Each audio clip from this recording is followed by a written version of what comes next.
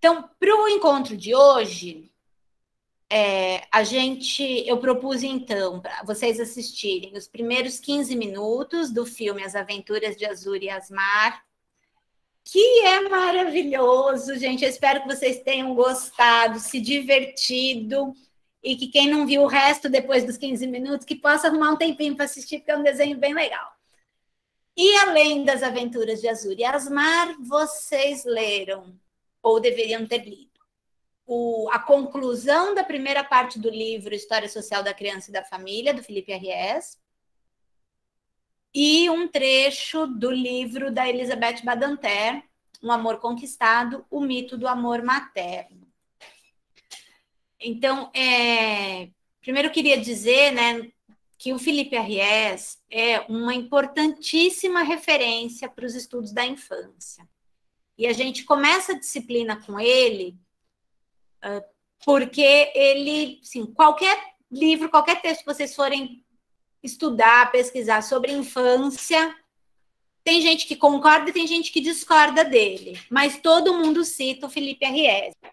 Esse livro, ele é um marco tanto para os estudos da infância, quanto para a sociologia da infância, porque ele traz para a gente uma outra forma de conceber a infância. Tá? Então, se chama A História Social da Criança e da Família, o nome do livro.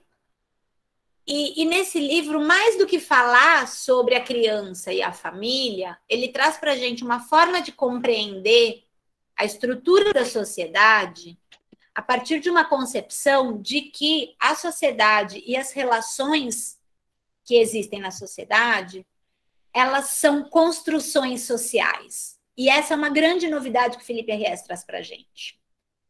Então, ele vai dizer, olha, família não é uma coisa que sempre existiu, que sempre foi do mesmo jeito e que é natural.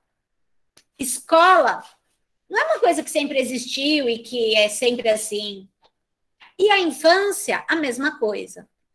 Né? Então, assim, a gente parece que o modo como os discursos existem ao nosso redor vão nos fazendo acreditar que a infância é algo que nos pertence. Como se cada um de nós tivesse tido uma infância. E a gente pergunta, né, a minha infância foi sofrida, nossa, fulano que teve uma infância feliz e tal. Como se a infância fosse de cada um, de cada indivíduo. E o que o Felipe Arries traz para a gente é que a infância ela não é algo que pertence a cada um. É algo que faz parte da organização da sociedade.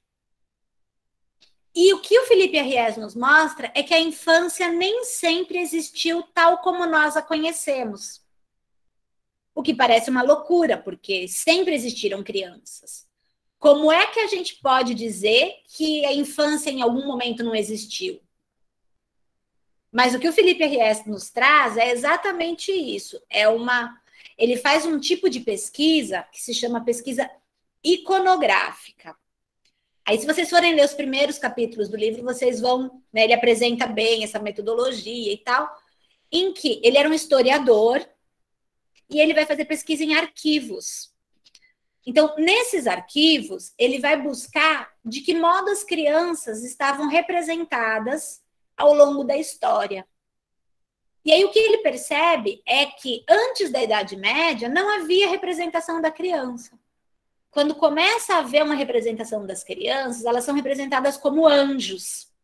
Quer dizer, você tem os anjos, mas não a criança na sociedade, a criança nas suas relações cotidianas.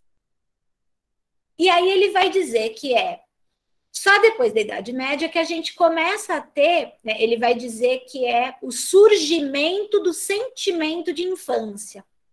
Então, para ele, a infância não é um dado natural de uma etapa da vida, mas é um sentimento que se faz presente na sociedade, não é um sentimento de cada um, de afeição, de carinho, de amor, de afeto. É um sentimento da sociedade em relação às crianças.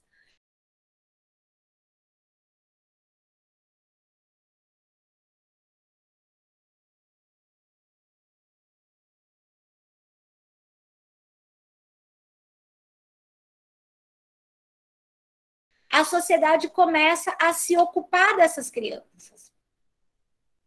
Né? Então, ele tem vários capítulos, o livro dele, e ele vai mostrando sobre as roupas, que não havia distinção de roupas. Tem um capítulo que ele vai falar do despudor à inocência, que é chocante, né? Em que ele mostra como as crianças não só assistiam práticas sexuais dos adultos, como participavam desde muito cedo. E ele tem relato, por exemplo, de um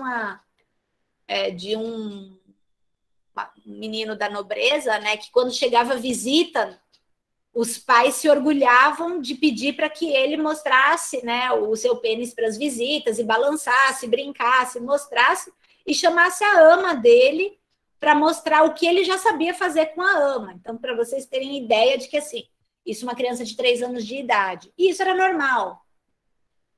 Né? Não só isso era normal lá, e uma crítica que existe muito frequente ao texto do Felipe Arries é de que ele pesquisou a França.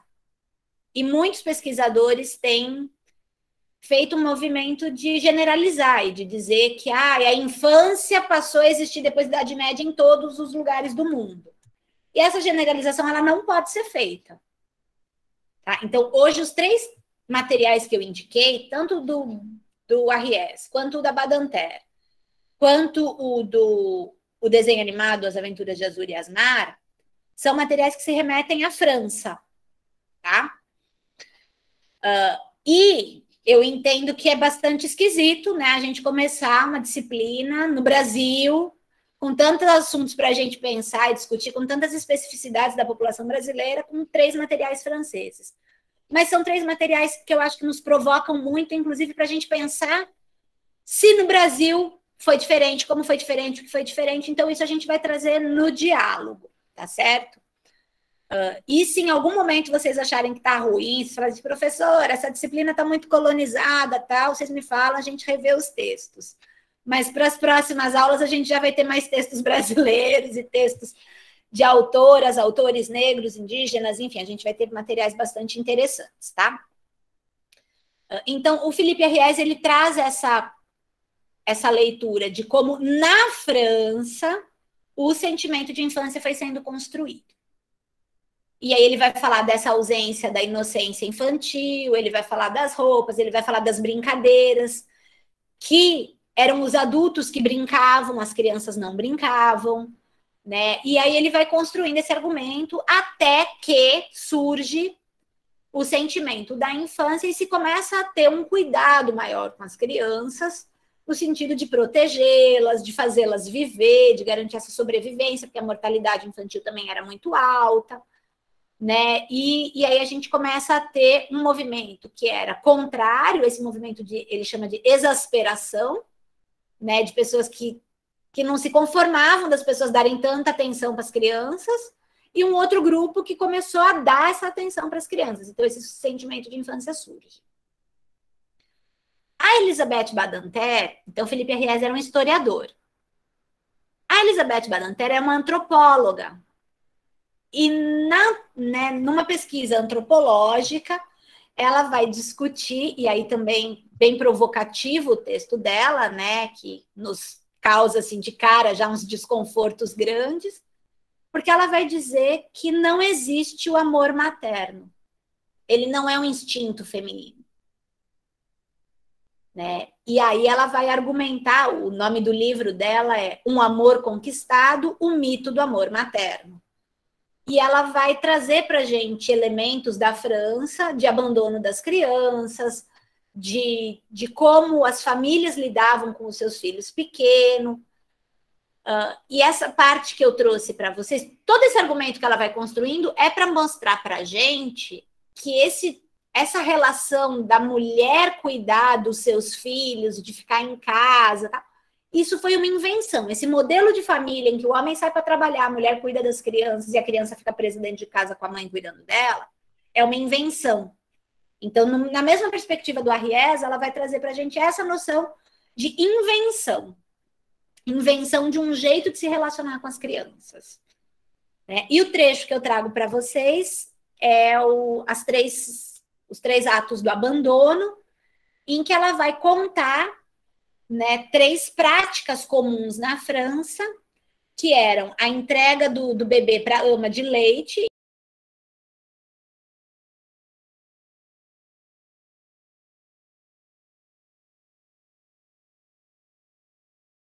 E aí, depois dessa etapa das amas, a criança ela tinha um preceptor em casa.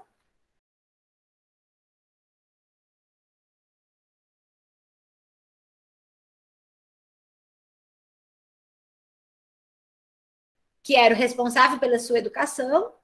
E quando atingia uma idade um pouco mais velha, ela já era enviada para a casa de um professor que ia terminar de educá-la até que ela ficasse adulta, até que ela tivesse condições de se virar.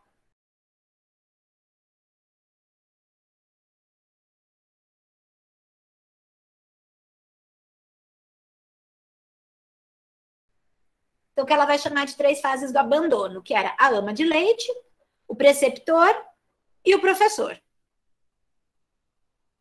E justamente são essas 3 fases que aparecem nos 15 minutos do filme das Aventuras de Azur e Asmar, que é ele sendo educado pela ama, e depois os professores, né, que vêm educá-lo em casa, os preceptores, até que ele é mandado embora para a casa do professor e volta só já adulto. Né? Então, esse modelo de educação que se tinha. Tem um outro livro também do contexto francês que eu acho que soma nesse debate, e quem faz iniciação científica, TCC, mestrado, doutorado comigo, eu sempre mando ler junto nesse bolo, que é o livro do Donzelot, que eu não separei antes da aula, não vou achar fácil agora. Ah, tá.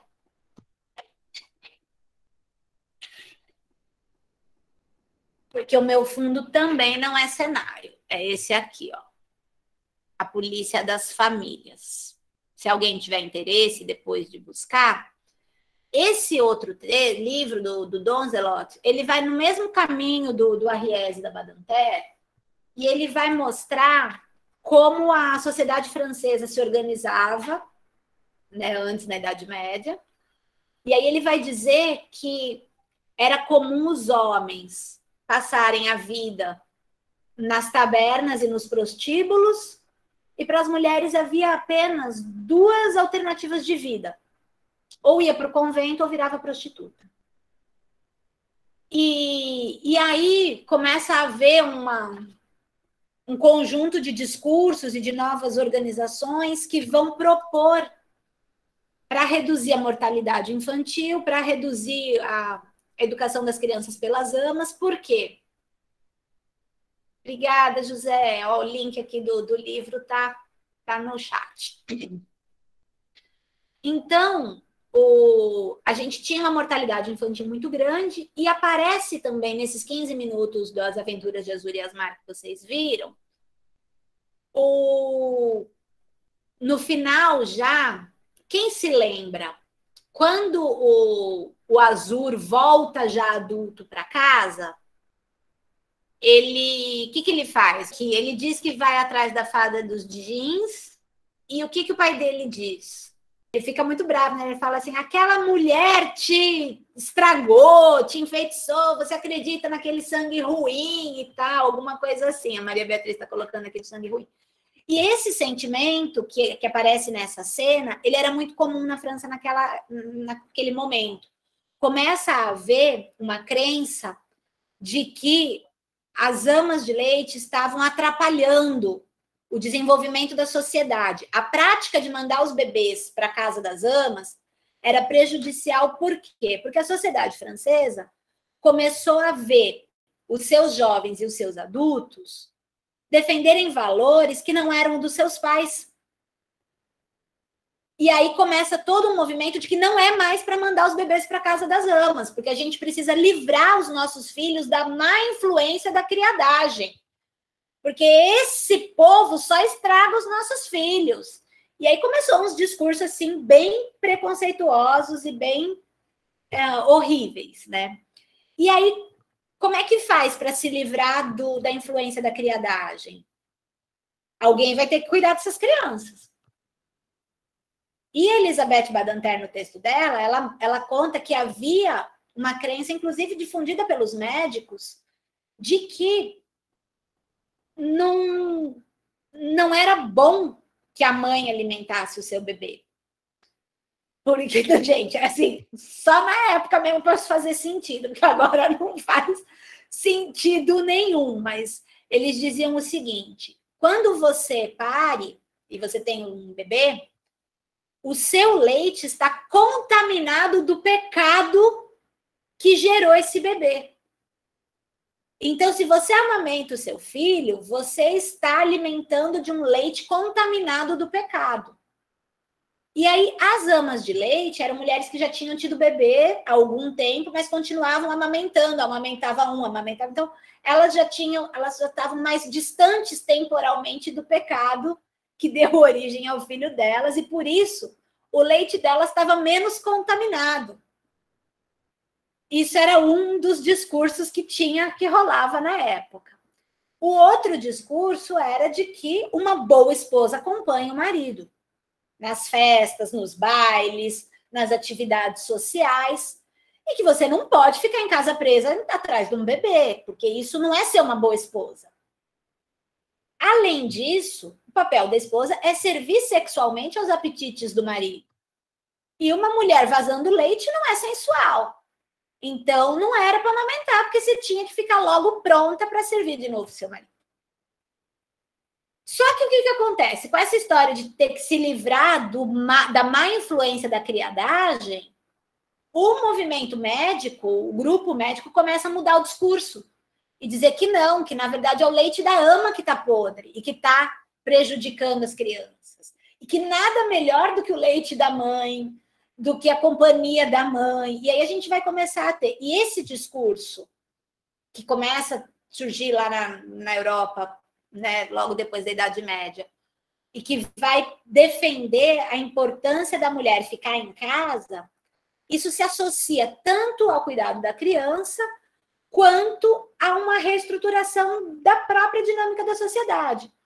O Donzelot, no livro dele, ele vai dizer que a estratégia de criar essas redes de solidariedade e tal, ela era uma estratégia para tirar as mulheres dos prostíbulos e dos conventos e tirar os homens das tabernas e das ruas. Então, você passa a ter uma noção de sociedade desenvolvida que é atravessada por uma noção de família que fica dentro de casa e que não fica nas ruas. Então, você vai tendo uma reestruturação da sociedade. E esses valores chegam ao Brasil. Então, a gente vai ter também no Brasil, por exemplo, a cruzada do aleitamento materno. Você começa a ter esses discursos médico-higienistas que vão começar a falar contra a amamentação por outra pessoa que não a mãe. E aí a prática, que também tinha muito no Brasil, da mãe preta, né, que eram escravizadas, exploradas, que tinham os seus bebês vendidos para que elas pudessem se dedicar só aos filhos dos seus senhores. No Casagrande Senzala, tem uma das edições, a capa do livro é justamente uma mulher negra amamentando um bebê branco com o seu bebê deixado de lado no chão. E era essa a realidade do contexto brasileiro na época. Então, a gente vai ter os livros todos, vocês estão colocando aqui o André está colocando aqui no chat para a gente, o Curtiço, o Mulato, do Aloysio de Azevedo. A gente tem muita literatura, o próprio Casagrande Senzala, do Gilberto Freire, que vai mostrar essa relação de exploração que existia no Brasil da presença das amas de leite. E a gente vai ter um conjunto de autores que vão também indicar como no Brasil houve essa influência do discurso médico higienista que começou a banir as amas de leite da educação das crianças, e defender um modelo de educação que coloca a mulher presa dentro de casa, cuidando das crianças e da casa, como forma de dedicação e de amor, e um discurso de que o amor materno é instintivo, mas é instintivo para quem desde que nasceu ganhou uma boneca para ficar brincando de casinha, Porque experimenta não dar uma boneca e passar a infância inteira dizendo: ai, o seu filhinho, cuida do filhinho, faz comidinha pro filhinho, põe o filhinho para dormir. Tira isso para a gente ver, né? E não precisa nem tirar também. Porque mesmo tendo tudo isso, a gente já vê hoje em dia a quantidade de pessoas. Eu chuto dizer que, inclusive nessa sala, que já prefere ter filho, gato e cachorro do que ter filho, gente. Então, dizer que existe um instinto materno, que toda mulher nasceu com o sonho de ser mãe, é uma construção social. Assim como dizer que os homens não sabem cuidar de crianças, não nasceram para cuidar de crianças, é também uma construção social. Então, é nesse sentido que eu acho interessante a gente trazer esses 3 textos, né? Esses 3 textos, vocês só leram 2, mas é o Dom Zelote, a Polícia das Famílias, a História Social da Criança e da Família do Arries, o da Elizabeth Badinter e o filme das Aventuras de Azur e Asmar, nesse comecinho, que vão dar para a gente esse cenário. E aí a gente tem no Brasil, a gente tem a Marie Del Priore, que é também uma historiadora que tem a história social da criança no Brasil, desde os jesuítas, e a gente vai ver nas próximas aulas, quando a gente passar pela história da educação no Brasil, da história da educação infantil, pela história da infância no Brasil, pela sociologia da infância, como que esse sentimento de infância ele vai sendo construído e desenvolvido no Brasil. Mas não dá para a gente fazer uma transposição simples do que o Arries diz para o contexto brasileiro. Primeiro, porque o contexto brasileiro não teve Idade Média, né? Então, tudo que ele está falando sobre Idade Média, a gente não viveu. A gente viveu um período em que esse país não era colônia, em que ele não havia sido descoberto ou saqueado, né? Ou invadido. E que as comunidades indígenas tinham um jeito de se relacionar com as crianças muito, mas muito diferente daquele que tinha na Europa. Então, não dá para fazer uma transposição direta. Mas é importante entender que esses valores que tinham na Europa, eles vêm para o Brasil com a colonização. Então, além da exploração do pau-brasil, da cana-de-açúcar, do estupro das mulheres indígenas que aqui viviam, da exploração do trabalho dos homens indígenas, né, do tráfico negreiro que houve da África para o Brasil, houve também essa influência desses valores que estavam sendo desenvolvidos em relação à infância e à família e à educação, que vieram junto com os colonizadores e se impuseram para a organização da nossa estrutura social. Então, esse é um pouco o panorama geral, né, da gente entender o que significa pensar a infância como construção social. Bom, pessoal, vocês vão descobrir ao longo da disciplina que eu sou uma pessoa apaixonada pelo que eu faço. E se deixar, eu vou com vocês até a meia-noite aqui, assim, só animadíssima, querendo mostrar mais um monte de material, um monte de coisa. Então, eu vou fazer o seguinte. Vocês escutem com muita atenção a letra dessa música. É uma música do Vinícius de Moraes. Então, 10 minutos de intervalo e a gente já volta para vocês me dizerem o que ela tem a ver com a nossa aula de hoje. Tá bom? Até já!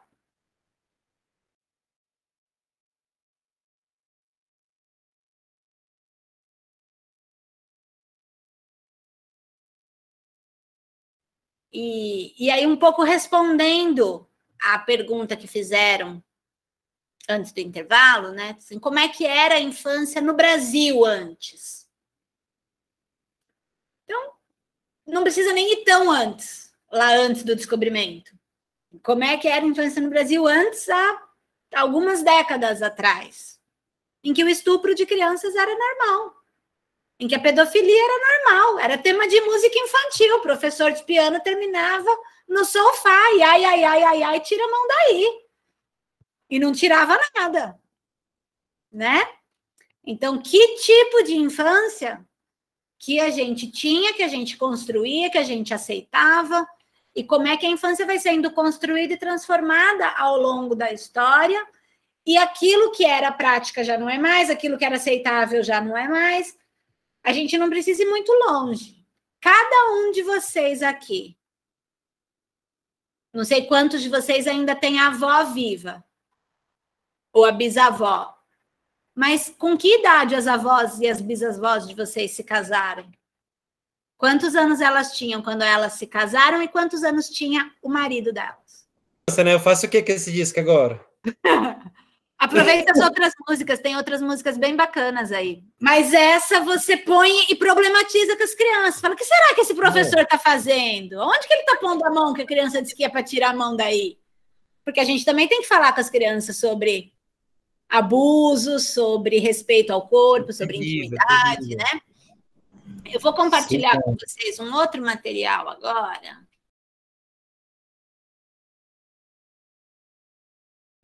Então, eu vou passar só um pedacinho desse documentário. Depois, quem quiser ver inteiro, ele é maravilhoso. Então, a gente tem essa discussão aí, se a infância está acabando, se não está acabando, se ainda existe infância, se a infância...